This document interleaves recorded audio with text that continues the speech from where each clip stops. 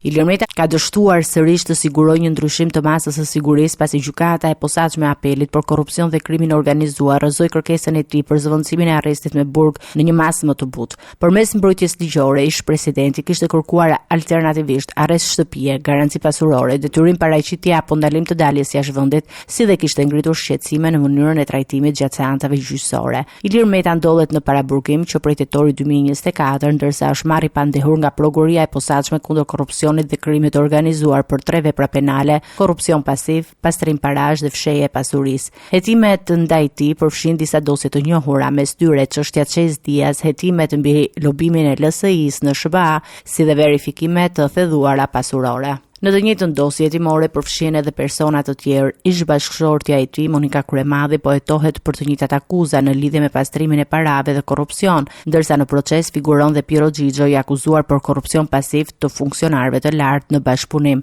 Gjithashtu në hetim janë përfshirë edhe Fatime Kryemadhi dhe Ema Çoku, të cilët akuzohen për pastrim parash. Çështja mbetet një nga dosjet më të ndjekura nga drejtësia shqiptare, ndërsa procesi gjyqësor ndaj ish presidentit dhe bashkë të pandehurve të tij vijon në fazën e shqyrtimit para prag dhe gjykimit të mëtejshëm.